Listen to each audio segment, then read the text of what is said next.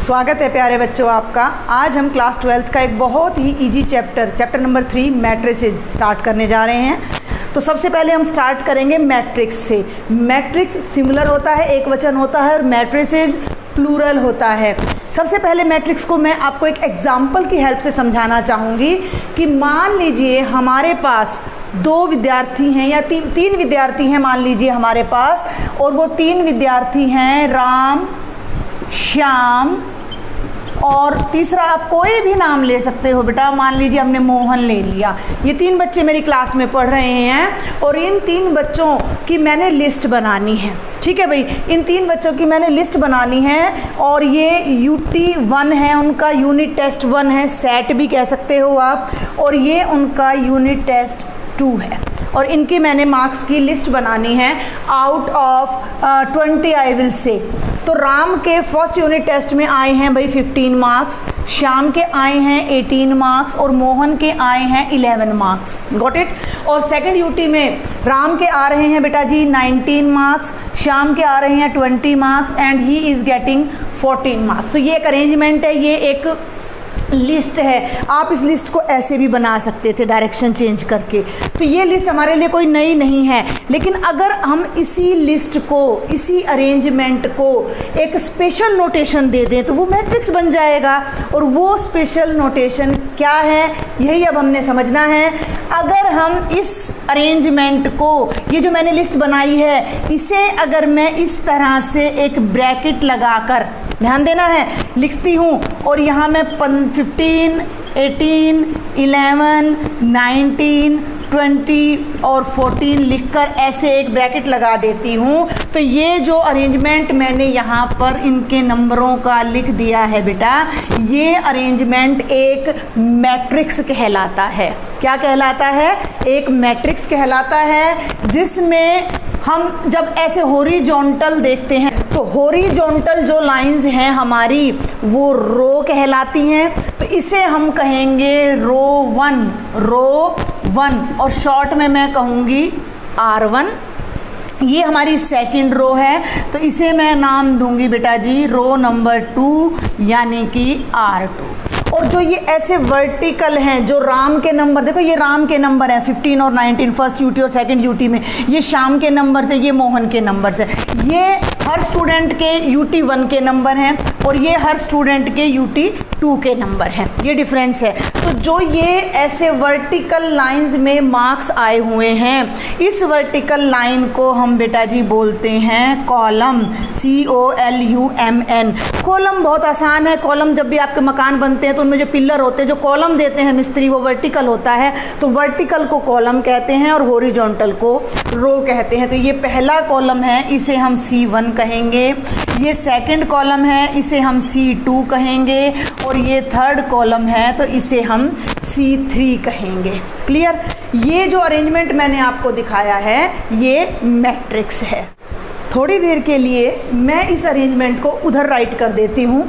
ये हमने इस तरह से लिखा। एक बात का आपने ध्यान रखना है कि इन नंबर्स के, जिन्हें हम एलिमेंट्स ऑफ मैट्रिक्स बोलेंगे, जैसे सेट के अंदर जो आता है वो सेट के एलिमेंट्स होते हैं, ऐसे ही ये भी मैट्रिक्स के एलिमेंट्स होते हैं। और इन एलिमेंट्स के बीच में हमने कोई भी कोमा यूज़ नहीं करना है, कोई और साइन हमने यहाँ पर यूज़ नहीं करना है। इनके बीच में एक डिस्टेंस, सोशल डिस्टेंसिंग रखते हुए हमने इन एलिमेंट्स को राइट करना है, जिससे हमें रो और कॉलम बिल्कुल क्लियर दिखाई दे। अब हम एक बार पहले मैथमेटिकल डेफिनेशन देखते हैं मैट्रिक्स की क्या होती है। A matrix is an ordered rectangular array. ये बात आपने ध्यान रखनी है कि ऑर्डर्ड रेक्टेंगुलर एरे, रेक्टेंगल में स्क्वायर भी आ जाता है क्योंकि square is a particular case of rectangle. तो एक रेक्टेंगुलर अरेंजमेंट लेकिन ऑर्डर्ड हो, इस वर्ड पे आपने फोकस करना है। ऑर्डर्ड का मतलब है कि अगर एलिमेंट्स की पोजीशन चेंज हो जाती है, उनका ऑर्डर चेंज हो जाता है, तो वो 2 मैट्रिक्स अलग अलग कंसीडर किए जाएंगे, सेम कंसीडर नहीं किए जाएंगे। तो ये आगे जहाँ भी आएगा वहाँ मैं आपको बताऊँगी एग्जाम्पल की हेल्प से। तो ऑर्डर का विशेष आपने ध्यान रखना है कि A matrix is an ordered rectangular array of numbers और फंक्शन। समझे इस बात को कि एरे मीन्स, एक तो एरे शब्द समझिए पहले, तो एरे एक नया वर्ड है आपके लिए। एरे मीन्स अरेंजमेंट, एक टेबल, एक तालिका, एक सारणी बना दी गई है। तो नंबर्स की या फंक्शंस का कोई रेक्टेंगुलर अरेंजमेंट, जैसे मैंने अभी ये आपको करके दिखाया है, वो मैट्रिक्स कहलाता है। और इस अरेंजमेंट के अंदर जो ये नंबर आए हुए हैं या जो फंक्शंस आएंगे वो उस मैट्रिक्स के एलिमेंट्स कहलाते हैं या वो उस मैट्रिक्स की एंट्रीज कहलाती हैं। Understand my point. तो मैं इसको एक बात और मैं आपको बता दूं कि मैट्रिक्स को हमेशा हम कैपिटल लेटर से डिनोट करते हैं, जैसे सेट को डिनोट करते हैं। तो सपोज कर लीजिए कि मैंने इस मैट्रिक्स को ए नाम दे दिया, तो मैं यहाँ पर राइट कर रही हूँ ए इज इक्वल टू 15, 18, 11, 19, 20 एंड 14। ये मार्क्स है राम, श्याम और मोहन के, हमें पता है। तो ये 6 एंट्रीज हैं, 6 एंट्रीज हैं, इसमें 2 रो हैं और 3 कॉलम है। क्लियर है आपको ये बात कि यहाँ पर आपकी 2 रोज हैं, हॉरिजॉन्टल हैं, और यहाँ पर आपके 3 कॉलम्स हैं, इस तरह से। तो 6 एलिमेंट्स हैं। क्या हम इस अरेंजमेंट को इसी तरह लिख सकते थे? हम इसको दूसरे तरीके से भी लिख सकते थे, और वो दूसरा तरीका क्या है कि हम राम, श्याम, मोहन को ऐसे लिखते और बेटा UT1 और UT2 को मैं ऐसे लिखती, तो जो ये मार्क्स थे ये बन जाते 15, 18, 11, 19, 20 एंड 14। अब जो ये अरेंजमेंट यहाँ बनेगा वो अरेंजमेंट ऐसे बनेगा। क्लियर? वो मैट्रिक्स ऐसे बनेगा। तो क्या ये दोनों मैट्रिक्स सेम हैं? दोनों मैट्रिक्स बिल्कुल सेम नहीं है, क्योंकि इसके अंदर आपकी कितनी रो आ रही हैं? R1, R2, R3, इसमें 3 रो आ रही हैं। और कॉलम्स आपके कितने आ रहे हैं? 2 कॉलम्स आ रहे हैं। एलिमेंट्स वही हैं, एंट्रीज वही हैं, लेकिन इसको क्या बोलेंगे जो ये मैंने चेंज कर दिया? इसको ऑर्डर ऑफ मैट्रिक्स बोलेंगे। तो हमारी जो नेक्स्ट डेफिनेशन होगी वो ऑर्डर ऑफ मैट्रिक्स की होगी। तो यहाँ इन दोनों एग्जाम्पल से आपने ये समझना है कि दीज 2 आर डिफरेंट एग्जाम्पल्स। इस वाले को अगर मैं सेकंड मैट्रिक्स को नेम दे देती हूँ बी, तो ये अपना बी मैट्रिक्स हो जाता है बेटा। देखें 15, 18 एंड 11, देन 19, 20 एंड 14। तो ये इसमें 3 रोज हैं और 2 कॉलम्स हैं, तो इसका जो ऑर्डर होगा बी का, इसका ऑर्डर होगा 3/2। 3/2 का मतलब 3 रो 2 कॉलम, तो रो को पहले लिखा जाता है। और इस मैट्रिक्स का जो ऑर्डर होगा, ऑर्डर ऑफ ए, वो कितना होगा? 2 रोज एंड 3 कॉलम्स, 2/3। आयत, रेक्टेंगल, रेक्टेंगल की अगर लंबाई, कोई भी रेक्टेंगल अगर मैं आपको यहाँ बना देती हूँ, और अगर रेक्टेंगल की लंबाई 5 सेंटीमीटर है, इस बात को समझें, और इसकी चौड़ाई 2 सेंटीमीटर है, तो आप इसका एरिया कैसे फाइंड करते हैं? आपने कभी लोकल लैंग्वेज में सुना होगा कि हम इस एरिया को कह देते हैं भाई 5/2 का है हमारा कमरा। 5/2, रो पहले कॉलम बाद में। तो कमरा की जब भी हम किसी भी रेक्टेंगुलर फिगर की डायमेंशन को मेजर करते हैं, उसके एरिया को मेजर करते हैं, तो लेंथ इंटू ब्रेड्थ करते हैं ना।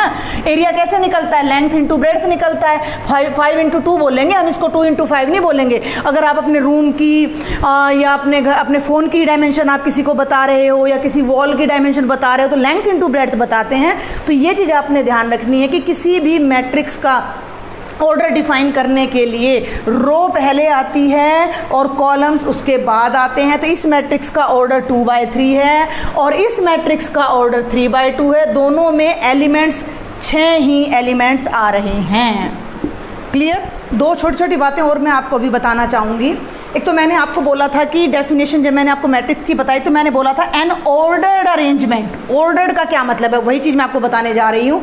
ये देखिए फर्स्ट मैट्रिक्स में मैंने लिखा है 15, 18 और 11, जबकि सेकंड में मैंने लिखा है कि 18, 15, 11। अब दिखने में तो ये लग रहा होगा कि फर्स्ट रो में वही सारे एलिमेंट्स हैं, बट आप ध्यान दें ये हम बात कर रहे हैं UT1 की। ठीक है भाई, मैंने आपको एग्जांपल दिया और यहाँ भी UT1 की बात चल रही है। कितना डाटा में चेंज आ गया आप ऑब्जर्व करें एक बार, डाटा में कितना चेंज आया। यहाँ पर फर्स्ट UT में राम के 15 मार्क्स हैं, लेकिन यहाँ पर फर्स्ट UT में राम के 18 मार्क्स हैं। क्लियर? यहाँ से फर्स्ट UT में श्याम के 18 है, राम के 15 है। उल्टा हो गया है, यहाँ पर उल्टा हो गया, डाटा रोंग हो गया है। तो ऑर्डर्ड का ये मतलब है कि अगर आपने एलिमेंट्स के ऑर्डर को चेंज कर दिया तो मैट्रिक्स भी चेंज हो जाएगा। तो आपने ऑर्डर का स्पेशल ध्यान रखना है। और दूसरी बात मैं आपको बता दूं कि हमने लिखा था कि कोई भी मैट्रिक्स में जो एलिमेंट्स होते हैं वो नंबर्स या फंक्शंस हो सकते हैं। तो यहाँ मैं आपको एक बात क्लियर कर दूं कि जो भी एलिमेंट्स होंगी, जो भी एंट्रीज होंगे, वो नंबर्स के अलावा भी सब कुछ हो सकते हैं। वो रियल नंबर, सारे कॉम्प्लेक्स नंबर्स हो सकते हैं, कोई फंक्शंस का मतलब मान लीजिए मैं ये एक मैट्रिक्स बना देती हूँ, cos x sin x e⁻x log x। ये मैंने एक मैट्रिक्स बना दिया 2x2 ऑर्डर का, 2 रो है 2 कॉलम है, तो इसका ऑर्डर हमारा हो गया 2x2। तो ये सब इस मैट्रिक्स की एंट्रीज हैं और ये फंक्शंस भी हैं। तो वो डेफिनेशन यहाँ से आपकी क्लियर हो जाती है, ordered arrangement with functions as entry. भाई एंट्री में जो हमारे एलिमेंट्स में नंबर्स भी हो सकते हैं और फंक्शंस भी हो सकते हैं।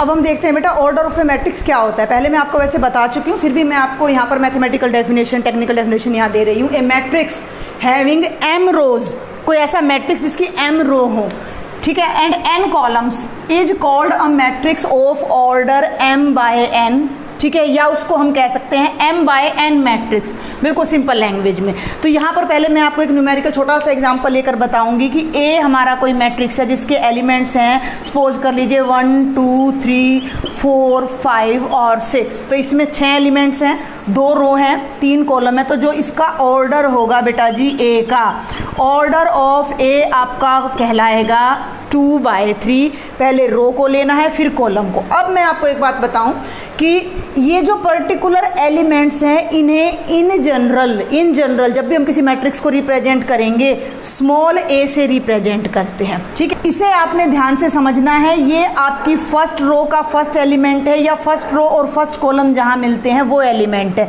ध्यान देना है, फर्स्ट रो फर्स्ट कॉलम 1 1 और इसे हम स्मॉल a से डिनोट करते हैं। तो इन जनरल ये एलिमेंट ऐसे लिखा जाएगा A11, नीचे स्फिक्स बोलते हैं, थोड़ा नीचे लेटर लिखकर उसके थोड़ा नीचे लिखा जाता है जिसे स्फिक्स बोला जाता है। ये एलिमेंट फर्स्ट रो का सेकंड एलिमेंट है या फर्स्ट रो और सेकंड कॉलम जहां मिल रहे हैं वो एलिमेंट है। तो इसे हम बेटा लिखते हैं A12 से। फर्स्ट रो का थर्ड एलिमेंट है या फर्स्ट रो और थर्ड कॉलम, देखो मैंने लास्ट जो इससे पहले आपको पढ़ाया था तो उसमें ये R1 मैंने लिखा था, ये मैंने R2 लिखा था बेटा, ये मैंने C1 C2 और C3 लिखा था। तो आप ये देखिए R1 और C3 जहां मिल रहे हैं 1 3, तो फर्स्ट रो थर्ड एलिमेंट या फर्स्ट रो थर्ड कॉलम हम इसे बोलेंगे। ऐसे ही अब 4 पर आ जाइए, सेकंड रो फर्स्ट कॉलम या सेकंड रो का फर्स्ट एलिमेंट, तो इसे हम A21 बोलेंगे, इस एलिमेंट को हम A22 बोलेंगे और इस एलिमेंट को A23 बोलेंगे। और ये लास्ट एलिमेंट हमें ऑटोमेटिकली अपने मैट्रिक्स के ऑर्डर के बारे में बता देता है कि इसका ऑर्डर कितना है, 2/3 है। तो ये तो मैंने आपको एक सिंपल सा 6 एलिमेंट्स का मैट्रिक्स लेकर आपको बता दिया। इन जनरल मैट्रिक्स को कैसे लिखा जाता है और उसका ऑर्डर कैसे दिखाया जाता है। यहाँ मैं एक बात और बता दूं कि इस पूरे 6 एलिमेंट्स वाले मैट्रिक्स को हम एक सिंगल एलिमेंट से भी डिनोट करते हैं। कैसे, ये देखिए हम ऐसे लिखते हैं AIJ। I means number of rows, row कितनी हैं, जे माने नंबर ऑफ कॉलम्स, कॉलम कितने हैं, और यहाँ मैंने अगर 2/3 लिख दिया है तो इसका मतलब I यानी नंबर ऑफ रो कितनी है, 2 हैं। क्लियर। तो यहाँ जो I की वैल्यू है 1 is less than equal to I is less than equal to 2 आएगा। और जो J, देखो I आप ध्यान से समझो, I की जो वैल्यू है 1 1 1, पहले नंबर पर 1 है, 2 2 2, यानी कि 1 और 2 के अलावा और कुछ नहीं रख रहे हैं हम पहले नंबर पर। J की जो वैल्यू है यानी बाद वाले फिक्स की जो वैल्यू है वो 1 है, 2 है, 3 है, 1 है, 2 है, 3 है। तो 1 is less than equal to J is less than equal to 3। तो ये हमारी जनरल नोटेशन होती है किसी भी मैट्रिक्स को लिखने की। तो अब जब हम इस m/n ऑर्डर के मैट्रिक्स की बात करते हैं तो इसको कैसे लिखा जाएगा, तो A इज इक्वल टू, ध्यान देंगे भाई, A is equal to A11 A12, row कितनी है, m है, कॉलम कितने हैं, n हैं, तो A13 A14 dash dash dash A1n। ठीक है भाई, हमें नहीं पता n कौन सा नंबर है। सेकंड रो पर आ जाइए, A21 A22 A23 A24 and A2n and at last ऐसी third row, fourth row, fifth row चलेगी तो mth रो आ जाएगी AM1 A ऐसे आएगा भाई, ये ध्यान रखना, M2 AM3 AM4 and AMn। ये हमारा general matrix of m by n order है और इसे इन शॉर्ट हम एक ही एलिमेंट aij से ऐसे रिप्रेजेंट करते हैं m by n where 1 is less than equal to i is less than equal to m and 1 is less than equal to j is less than equal to n। तो ये कहाँ benefit देता है हमें कि अब हमें आगे जो क्वेश्चंस मिलेंगे वो क्या मिलेंगे कि हमें aij को एज ए फंक्शन हमें गिवन होगा और हमें उनका ऑर्डर गिवन होगा मैट्रिक्स का, और उसकी हेल्प से हमें मैट्रिक्स कंस्ट्रक्ट करना है। तो ये अब तक का मैट्रिक्स से रिलेटेड जो भी बेसिक थे वो मैंने आपको बताए हैं। Students, now we will do example number 1 of NCERT। Statement is very large but question is very very easy. ये आपको क्या कहा गया है कि एक फैक्ट्री है, आप स्टेटमेंट रीड कर लीजिएगा। एक फैक्ट्री है, 3 फैक्ट्रीज हैं 1 2 3, और उनमें मैन वर्कर्स और वुमेन वर्कर्स की हमें यहाँ संख्या गिवन है। फर्स्ट फैक्ट्री में 30 मैन वर्कर है, 25 वीमेन वर्कर है एंड सो ऑन। करना क्या है, हमें क्या करना है, represent above information in the form of A 3/2 matrix. ये जो इन्फॉर्मेशन हमें दी गई है पूरी, इसको 3/2 मैट्रिक्स में कन्वर्ट करना है। आप ध्यान से देखो, ये ऑलरेडी मैट्रिक्स फॉर्म में है, तो हम क्या करते हैं कि let the above information, let the given information is represented by the matrix A, और वो A मैट्रिक्स हमने कुछ भी नहीं करना, ऐसे ब्रैकेट्स लगाना है और ये सारा डाटा हमने यहाँ पर राइट कर देना है। 30 25 27 25 31 and 26 and hence we are done. ये आपका 3/2 ऑर्डर का मैट्रिक्स तैयार हो जाता है। आगे देखते हैं क्या कहता है, what does the entry in third row and second column. Third row second column, third row first row second row, this is third row, ठीक है। आपको इसको हल्का सा मार्क कर लेना है। And second column, first column ये सेकंड कॉलम है आपका, तो दोनों कहाँ टैली हो रहे हैं, यहाँ पर। तो जो आपका थर्ड रो और सेकंड कॉलम का एलिमेंट है उसकी नोटेशन होती है A32। फर्स्ट एंट्री हमेशा, फर्स्ट स्फिक्स हमेशा रो को इंडिकेट करती है, सेकंड स्फिक्स हमेशा कॉलम को या उस रो में आने वाले एलिमेंट्स की पोजीशन को रिप्रेजेंट करती है। तो ये क्या आ जाएगा, 26 आ जाएगा। और फेयर में आपने ये सारा मार्क नहीं करना है, जस्ट आपने ऐसे राइट करना है, this is the particular element. Example number 2 बेटा, if a matrix has 8 elements what are the possible orders it can have. 8 elements है किसी मैट्रिक्स में, तो कितने ऑर्डर्स हो सकते हैं। आप ये लगा लीजिए कि आपके पास 8 स्टूडेंट्स हैं और आपको उन्हें बैठाना है, ठीक है। तो आप कितने तरीके से उन्हें बिठा सकते हैं, तो इसका एक ही तरीका है करने का कि आप 8 के फैक्टर कर लीजिए। तो मैं पहले आपको 8 के फैक्टर करके बता देती हूँ। जो पॉसिबल फैक्टर्स होते हैं 1 × 8, 2 × 4 और भाई 4 × 2 एंड 8 × 1। यू कैन चेक, इसके अलावा और कोई फैक्टर बनेंगे नहीं। और आप 8 स्टूडेंट्स को बिठाना है तो 8 को हम एक ही रो में बिठा सकते हैं। 2 रो बनाकर 4 स्टूडेंट्स बिठा सकते हैं, 4 रो बनाकर 2 स्टूडेंट्स बिठा सकते हैं, और 8 रो बनाकर 1 स्टूडेंट्स को बिठा सकते हैं। तो इसके अलावा और कोई पॉसिबल तरीका होगा ही नहीं। तो हम यहाँ क्या लिखेंगे, जस्ट हमें सॉल्यूशन में क्या लिखना होगा, सिंपली अगर ये 1 मार्क्स में आ जाता है, 1 मार्क में आता है तो कुछ खास लिखना ही नहीं है। पॉसिबल ऑर्डर्स आर, और वो ऑर्डर्स क्या होंगे, 1/8, 2/4, 4/2, 8/1। आई होप आपको समझ आया होगा कि 8 एलिमेंट्स को कितने तरीके से हम अरेंज कर सकते हैं। एक ही रो में 8 को बिठा दूं मैं, A11, A12, A13 and A18, तो एक ही रो बनेगी। क्लियर, एक ही कॉलम में बैठा दूं सबको तो एक ही कॉलम बनेगा। 2 रो और 4 कॉलम, 4 रो और 2 कॉलम। एग्जाम्पल नंबर 3 बेटा, यही वो एग्जाम्पल है जिसमें मैंने आपको बोला था कि aij को एज ए फंक्शन गिवन होगा और आपने मैट्रिक्स को कंस्ट्रक्ट करना है। तो construct a 3/2 order matrix whose elements are given by this relation. इस रिलेशन से हमें एलिमेंट्स गिवन है और हमें 3/2 ऑर्डर, 3/2 का मतलब 6 एलिमेंट्स हमें चाहिए, और वो एलिमेंट्स हमें इस कंडीशन से, इस रिलेशन से हमें मिलेंगे। तो कैसे करेंगे भाई हम इस क्वेश्चन को, हम एक 3/2 ऑर्डर का पहले जनरल मैट्रिक्स बना लेते हैं। Let A is equal to, मैंने क्या बताया था, हम ए के एलिमेंट से लिखते हैं A I J is a matrix of order 3/2। तो इसमें कौन कौन से एलिमेंट्स आएंगे आप इसे लिख लीजिए, A11 A12 A21 A22, 3 रो है ना, तो A31 एंड A32। तो ये मैट्रिक्स है जो हमने बनाना है। इसके लिए हमें A11 12 A21 A22 A31 और A32 चाहिए, जिसके लिए हम इस कंडीशन की, इस रिलेशन की हेल्प यहाँ पर लेंगे। तो आप कैसे लिखोगे, गिवन दैट, हमें क्या गिवन है कि ए आई जे का क्या मतलब है, ए आई जे का मतलब है 1/2 एंड i माइनस 3j का मॉडुलस। यहाँ आपने ये ध्यान रखना है कि जब ए आई जे की बात चल रही है तो यहीं पर हमें लिख देना था कि 1 is less than equal to i is less than equal to 3 and 1 is less than equal to j is less than equal to 2। I hope आप यहाँ देख पा रहे हैं। तो अब आपने जस्ट इसको और इसको यहाँ टैली करना है। भाई 1 1 कैसे आएगा, ये 1 1 है तो i की जगह भी 1 रखो और j की जगह भी 1 रखो, तो हमारे पास 1 1 की वैल्यू आ जाएगी।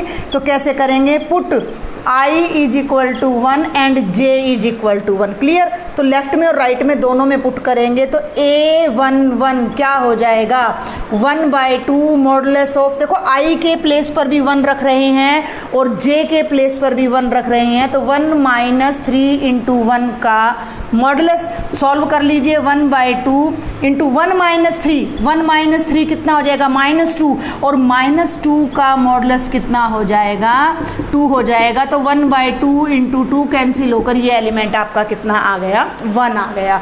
इसी तरह से सेकंड एलिमेंट चाहिए हमें 1 2, तो हम i के प्लेस पर 1 रखेंगे और j के प्लेस पर 2 रखेंगे। आपने ये ध्यान रखना है कि वैल्यू आप कहाँ पुट कर रहे हो, तो उसको आप अपना बॉक्स में रख लीजिए, उसी पर आपका फोकस होना चाहिए।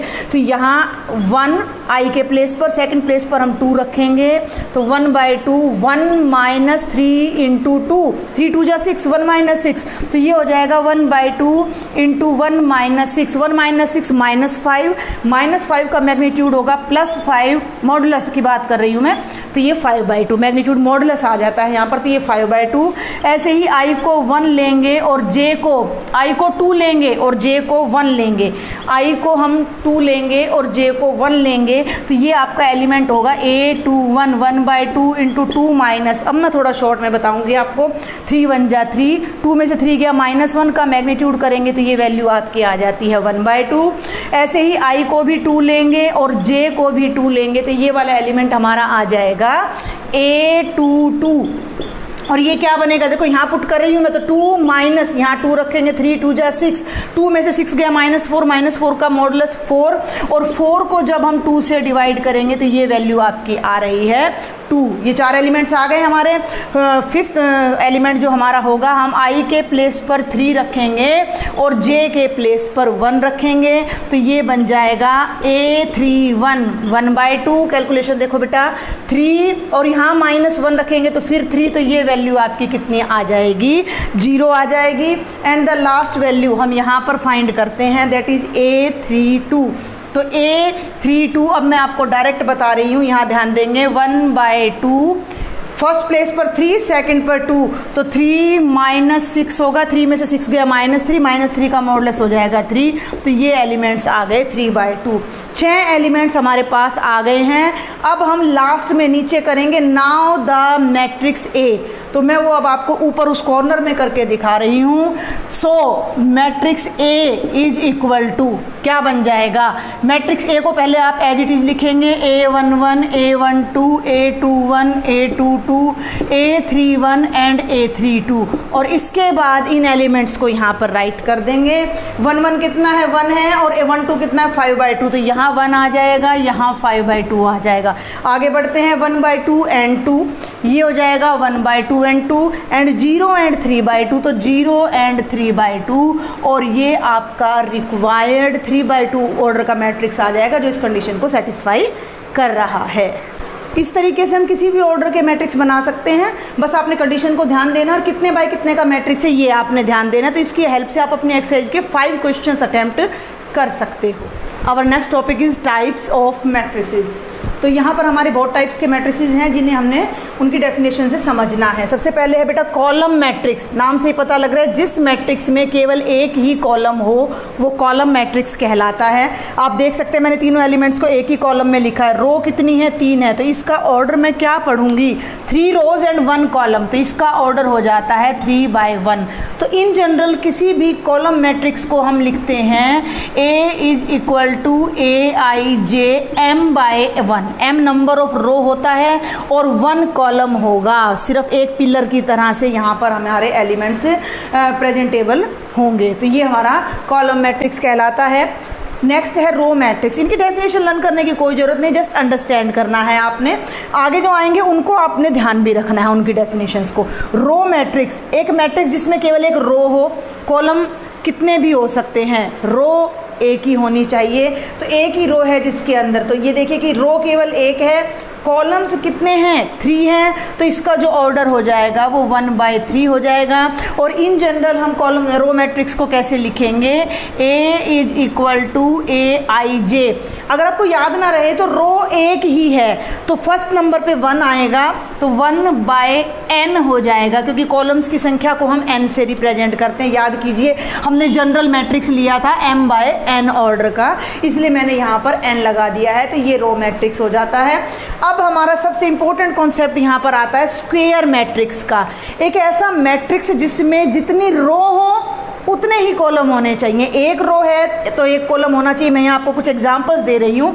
ए ले लिया मैंने, 5 लिख दिया। अब आपको ये मैट्रिक्स तो नहीं लग रहा होगा, लेकिन ये 1/1 ऑर्डर का मैट्रिक्स है। इसमें एक ही रो है और एक ही कॉलम है। मैं एक और मैट्रिक्स ले लेती हूँ, बी। ध्यान देंगे 1 2 3 4, 1 2 3 4, 2 रो हैं 2 कॉलम है, तो इसका ऑर्डर हो जाएगा 2/2। इसी तरह 3 रो है 3 कॉलम हो, 4 रो हो 4 कॉलम हो, तो वो हमारा क्या कहलाता है? Square matrix. भाई स्क्वायर क्या होता है? स्क्वायर एक ऐसी ज्योमेट्रिकल फिगर होती है जिसकी 4 साइड्स इक्वल होती हैं, यानी जिनकी लेंथ और ब्रेड्थ सेम होती है। तो यहाँ पर भी लेंथ और ब्रेड्थ अगर सेम है तो हमारा कोई matrix, particular matrix square matrix कहलाता है। और हमारी मैट्रिक्स की मोस्टली स्टडी, डिटर्मिनेंट्स वगैरह सब कुछ स्क्वायर मैट्रिक्स पर ही पढ़ा जाता है। इसको लिखने का एक तरीका और मैं अब आपको बता देती हूँ। थोड़ा मैं यहाँ का ब्लैक बोर्ड को यूज़ करना चाहूँगी, ये हमने डिस्कस कर लिया है।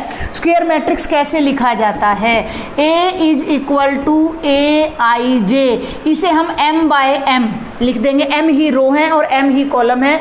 और जब कभी भी किसी मैट्रिक्स को, स्क्वायर मैट्रिक्स को स्टेटमेंट में रेफर किया जाता है तो कैसे लिखा जाता है कि A is a matrix of order m। अगर ऐसा लिखा गया है इट मीन्स हम m ऑर्डर क्या हुआ? m का क्या मतलब है? तो m/m ऑर्डर है, वो m ही रो है और m ही कॉलम है। तो ये आपने ध्यान रखना है कि जिस मैट्रिक्स में number of rose and columns equal हो तो वो स्क्वायर मैट्रिक्स कहलाता है। तो इस पर आपके ऑब्जेक्टिव क्वेश्चंस भी कई बार आ जाते हैं कि A = Aij m/n एक स्क्वायर मैट्रिक्स कब होगा? ये मैट्रिक्स स्क्वायर कब होगा? तो m नंबर ऑफ रो हैं, n नंबर ऑफ कॉलम है, तो जब हमारा m और n इक्वल होगा तो ये हमारा कैसा मैट्रिक्स बन जाएगा? स्क्वायर मैट्रिक्स बन जाएगा। तो ये इसका मेन कॉन्सेप्ट है जो आपने ध्यान रखना है। इन 3 टाइप्स को डिस्कस करने से पहले बेटा एक इंपॉर्टेंट बात और मैं आपको बताती हूँ। अभी ये हमारा स्क्वायर मैट्रिक्स है और स्क्वायर मैट्रिक्स में आप अगर स्क्वायर की शेप को याद करें तो ये डायगोनल होता है, ठीक है। स्क्वायर में 2 डायगोनल होते हैं, लेकिन हमारा जो स्क्वायर मैट्रिक्स है उसमें जो ये वाले एलिमेंट्स हैं इन्हें हम प्रिंसिपल डायगोनल कहते हैं। तो ये हमारी डायगोनल एंट्रीज होती हैं। इन्हें आपने कैसे याद रखना है कि अगर हम A को Aij से डिनोट करते हैं जो कि n/n ऑर्डर का मैट्रिक्स है, तो आप यहाँ ध्यान दें कि 1 1 2 2 n, तो वो सभी एंट्रीज जिसमें i और j इक्वल हैं वो हमारी डायगोनल एंट्रीज कहलाती हैं। और जहां हमारे i और j इक्वल नहीं है, 1 2 के इक्वल नहीं है, 1 n के इक्वल नहीं है, वो एंट्रीज हमारी नॉन डायगोनल एंट्रीज कहलाती हैं। इस बात को आपने स्पेशल ध्यान रखना है। और इसी पर बेस्ड हमारी ये 4th डेफिनेशन है डायगोनल मैट्रिक्स। ये जितनी भी डेफिनेशन मैं यहाँ लिख रही हूँ ये सब स्क्वायर मैट्रिक्स का ही पार्ट है। आप ये देखें कि ये हमारा, मैंने यहाँ एग्जाम्पल लिखा है फर्स्ट ये यहाँ मैं गलत लिख गई भी, A11 A21 और ये A22, तो ये आपका डायगोनल एंट्रीज हैं, ये आपकी डायगोनल एंट्रीज हैं और ये आपकी डायगोनल एंट्रीज हैं। तो डायगोनल एंट्रीज आपकी वो होंगी AIJ, जहाँ IJ के इक्वल होता है, वो डायगोनल एंट्रीज कहलाती हैं। और कोई ऐसा मैट्रिक्स जिसमें नॉन डायगोनल एंट्रीज 0 हों, नॉन डायगोनल यानी कि डायगोनल के नीचे भी और डायगोनल के ऊपर के भी सारे एलिमेंट्स अगर 0 हैं तो वो डायगोनल मैट्रिक्स कहलाता है। तो एक ऐसा स्क्वायर मैट्रिक्स जिसमें केवल और केवल डायगोनल एलिमेंट ही नॉन 0 हो, जिसमें केवल डायगोनल एलिमेंट ही नॉन 0, मान लीजिए मैं 2 by 2 ऑर्डर का ले रही हूँ, तो डायगोनल तो है, नॉन डायगोनल एलिमेंट्स एग्जिस्ट नहीं कर रहे। मैं 3 by 3 ऑर्डर का लेती हूँ तो 1 0 0 0 2 0